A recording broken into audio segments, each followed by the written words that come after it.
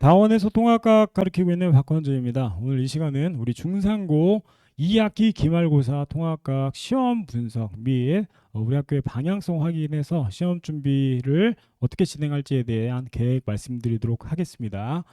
첫 번째 보시면 우리 중3고의 방향성에 대해서 조금 확인을 해보고자 합니다. 우선 저는 19년부터 24년까지 총 155 문항을 이렇게 하나하나 체크했습니다. 이번 시험 범위를 좀 나누어 봤는데 영역은 물론 이제 네 가지 정도로 나누어지고 중화반응 그리고 지구환경 변화 생태계가 메인이지 않나라는 말씀을 드립니다. 나름의 이제 문항 수는 거의 대부분 다 대동소이하고 각각의 영역별로 조금의 특이성이 분명히 있지 않나라는 말씀을 드립니다. 연도별 카운팅을 해봤습니다. 했더니 총 문항수는 대략 15에서 16개 정도로 고르게 분포했고, 무엇보다 물화생제 전체의 비율을 보면 19년에는 화학의 다소 많은 양을 보였다. 두 번째, 생명 정도가 이렇게 20부터 22년까지 빈도수가 높았으며, 죄송합니다. 21년의 경우 지구과학의 빈도가 약간 튀는 모습을 보였다. 전반적인 물리의 영역 자체가 사실 조금 빈약해 보이지 않나라는 말씀을 드립니다. 화학의 경우에도 마찬가지 이렇게 전체 양 자체가 생명과 화학이 가장 많아지는 24년의 트렌드를 확인할 수 있다. 고로 각 연도별로 각각의 특징이 좀 다르지 않나라는 말씀을 드립니다. 영역별로 커다랗게 두 가지 정도를 각 테마를 좀 잡아봤습니다. 19년의 경우엔 산과 염기의 반응 조건 실험의 이제 명확한 맥락을 확인하는 것, 그리고 이온 모형 자체가 메인이 되었다. 20년의 경우엔 에너지 전환의 이제 양방향 과정에 대해서 비교 분석하는 문제, 그리고 광합성의 산물과 세포 호흡을 서로 상대해 비교하는 문제들이 이제 메인이 되지 않았나를 말씀을 드리고 싶고요. 21년, 22년 각각의 흐름 자체가 조금 이제 변형이 되면서 생명과 지구과학 파트로 좀 파생이 되었고, 23년의 경우에 이제 압도적으로 지구과학의 난이도가 좀 높지 않았나라는 말씀을 드립니다. 24년 특히 에너지 효율 계산 문제가 그러니까 우리 중상고의 경우는 전통적으로 화학보다 물리의 난이도가 다소 높지 않나라는 말씀을 드리는데, 이 영역이 올해 시험 요소에도 명확히 보이지 않나라는 생각을 합니다. 자, 전체 트렌드 해석 진행하겠습니다. 물화생지 문항수가 거의 비슷하게 출제되었으며 19부터 대략 20 또는 21년까지 교과서의 내용 자체가 중심이 되었다라는 말씀을 드리고 싶고요.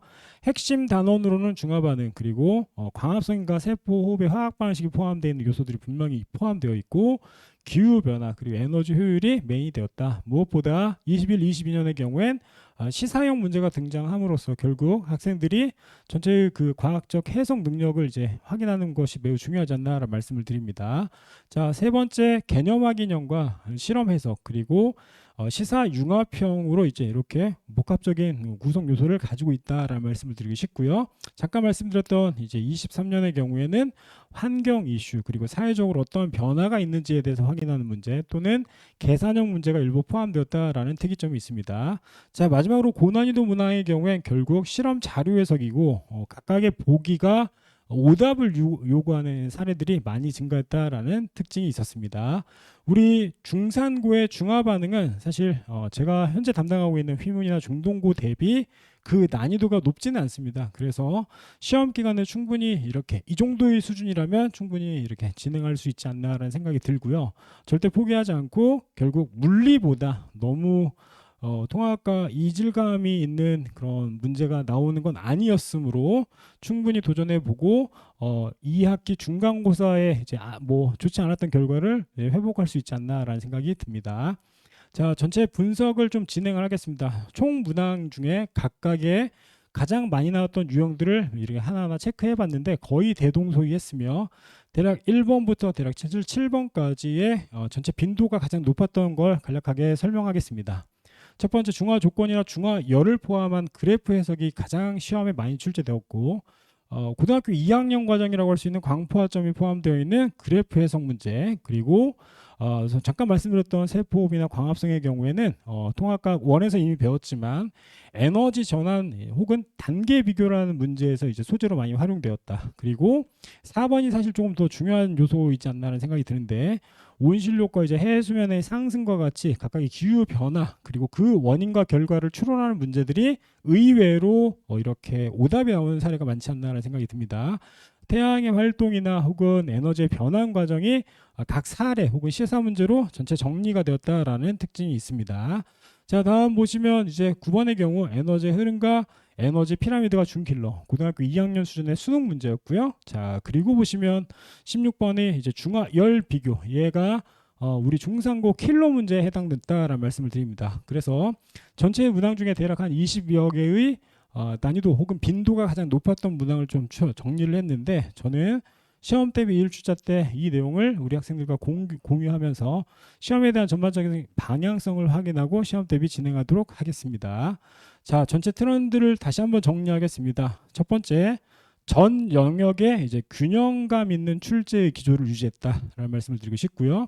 통합형 과학적 사고를 평가하고, 그리고 전 영역에 대해서 나름 탄탄한 기본기가 있어야 되지 않나라는 말씀을 드립니다. 자, 두 번째는 실험과 자료 해석 기반 문항의 비중 자체가 증가했다. 이는 중화 반응의 이제 포인트가 되지 않나라는 생각이 드는데, 변인 통제, 실험 설계, 그리고 결과 해석 이제 중심의 각각의 수업이 매우 중요하지 않나라는 말씀을 드립니다.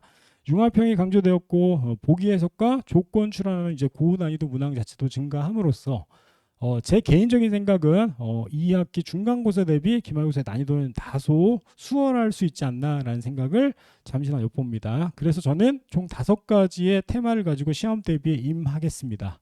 하나, 실험 유형에 대해서 명확히 확인하는 것이 굉장히 중요하다라는 말씀을 드렸습니다. 그러니까 각각의 원리를 대변하는 그 실험에 대한 해석이 굉장히 중요하며, 이를 그래프나 도표로 해석하는 것이 매우 중요하다는 말씀을 드리고 싶고요. 자, 그리고 우리 학교에서 이제 배부되는 나름의 프린트물이나 혹은 학교 필기에서 시사가 이제 연계될 수 있는 개념 자체를 찾는 것이 매우 중요하다라는 생각이 듭니다. 제가 열심히 노력하겠다는 다짐을 말씀드리고 싶고요. 무엇보다 전 영역에 대한 융합적 사고가 굉장히 중요하다는 말씀을 드립니다. 무엇보다 이전의 요소를 보면 생명과 지구과학 또는 물리와 화학의 이제 융합적 사고를 이제 훈련하는 문제들이 다소 출제되었기 때문에 각 소단원의 기본 개념만 암기하는 것이 아니라 이들이 어떻게 복합적으로 문제화될 수 있는지에 대해서 전체 분석하겠다는 말씀을 드립니다.